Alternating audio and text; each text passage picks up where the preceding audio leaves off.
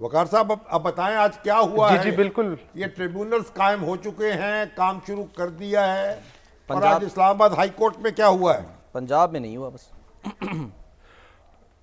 जी बिल्कुल शामी साहब, इस वक्त मुल्क में जो ट्रिब्यूनल है वो तो बाकी सूबों में हो गए, सिर्फ जो पंजाब है जहाँ पे सबसे ज़्यादा उजरदारियाँ हैं वहाँ पर अभी तक ट्रिब्यूनल जो है वो कायम नहीं हुआ। और आज इलेक्शन कायम कमीशन हुए? की जानिब से जो चीफ वो एक तो नहीं है ना, कई कायम जस्टिस हो गए। पाकिस्तान है,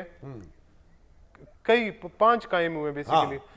इस वक्त जो chief justice Lahore high court है उनको एक मरासला भी अरसाल किया गया और उनसे जो अवेलेबल जजेस हैं उनकी तफसीलात मांगी गई हैं, क्योंकि इलेक्शन कमीशन ने पंजाब के ट्रिब्यूनल जो है वो भी तश्कील देने हैं। आज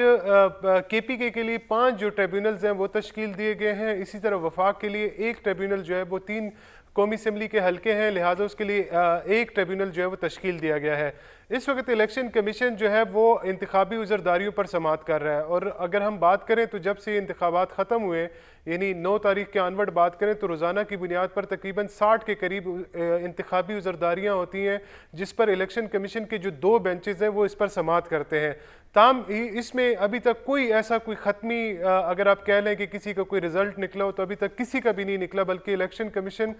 जो दरख्वास्त गुजार होता है उसकी प्लीज सुनता है और उसके बाद रिटर्निंग ऑफिसर से जो है रिपोर्ट तलब करता है, और उसके बाद वो जो केस है वो अगली समात तक मुलतवी कर दिया जाता है, जिसमें बेशतर केसेस जो है वो अब 22 तारीख के बाद तक जो है मुलतवी कर दिए गए हैं। 22 तारीख के मैं इस वजह से बात कर रहा हूँ क्योंकि इलेक्शन कमीशन ऑफ पाकिस्तान जो है वो कानूनी तौर पर इस चीज़ का पाबंद है कि जो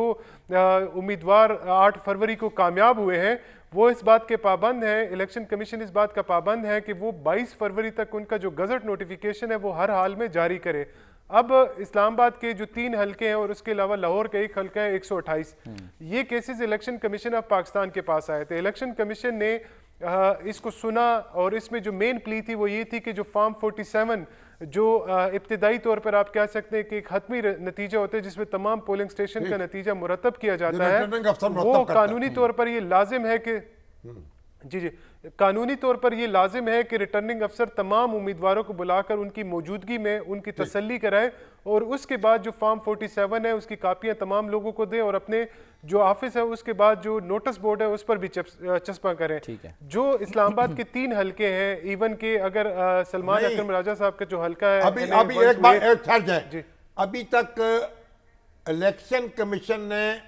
कोई नोटिफिकेशन रोका नहीं है, कोई मुअत्तल नहीं किया है, ये दुरुस्त है? सर एक ही है जी बिल्कुल। जो 4 नोटिफिकेशन रोके हैं वो जो इस्लामाबाद हाई कोर्ट है उन्होंने रोके हैं, क्योंकि इलेक्शन कमीशन में NA 47, 46, 47, 48 और 128 की जो समात है वो जारी थी और इलेक्शन कमीशन ने उसमें ऑर्डर किया था कि जो आरओज है वो उम्मीदवार की मौजूदगी में फॉर्म 47 को दोबारा मुरतब करे। ताहम जब इलेक्शन कमीशन ने ये ऑर्डर पास किया तो इसी के साथ इलेक्शन कमीशन ने जो इस हलकों से यानी 3 जो हलके हैं यहाँ से जो कामयाब उम्मीदवार थे उनकी कामयाबी का नोटिफिकेशन भी जारी किया, जिनको तीनों जो PTI की हिमायत याफ्ता उम्मीदवार हैं, शुएब शाहीन है, अली बुखारी हैं और इसके अलावा जो आमिर मुगल है, उनकी जानिब से इसको चैलेंज किया गया और कहा गया कि एक तरफ जो इलेक्शन कमीशन का ऑर्डर मौजूद है जिसमें इलेक्शन कमीशन ने वाज़े तौर पर अहकाम दिए कि रिटर्निंग अफसरान जो है इनकी मौजूदगी में ये नताइज जो है मुरतब करें, लेकिन हमें सुना नहीं गया और हमारी गैर मौजूदगी में ये नताइज जारी किए गए हैं। अच्छा। आज जो डिविजनल बेंच था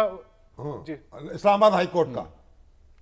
जो डिविजनल बेंच था उन्होंने ये तीनों जो नोटिफिकेशन थे ये वापस ले लिए, यानी सस्पेंड करा दिए हैं। अब इसी से थोड़ा सा हट के एक और केस था वो NA 128 का था, सलमान अकरम राजा साहब का। उसमें इलेक्शन कमीशन ने अपनी जजमेंट जो है वो रिजर्व कर दी थी। जब वो जजमेंट रिजर्व हुई उसी दिन इलेक्शन कमीशन ने अपना नोटिफिकेशन भी जारी कर दिया था, जिसके बाद उन्होंने उसको चैलेंज किया और जो चीफ जस्टिस है इस्लामाबाद हाई कोर्ट के आमिर फारूक साहब, उन्होंने उसको सुना और उसमें इलेक्शन कमीशन के जो वकील थे जो और उसके अलावा जो DG लॉ थे अरशद खान साहब, उनकी जानिब से इस बात का इतराफ़ किया गया कि ये नोटिफिकेशन गलती में जारी हुआ है, लिहाजा ये नोटिफिकेशन हम अभी वापस लेते हैं। लेकिन इस वक्त जो एक चीज़ जिसको उजागर करना बड़ा ज़रूरी है कि जो इलेक्शन कमीशन है वो तकरीबन 250 से ज़्यादा इंतखाबी उजरदारियों की मुख्तलिफ दरख्वास्तों पर जो है वो समात कर चुका है, जिसमें अक्सरियत जो है वो पंजाब से है।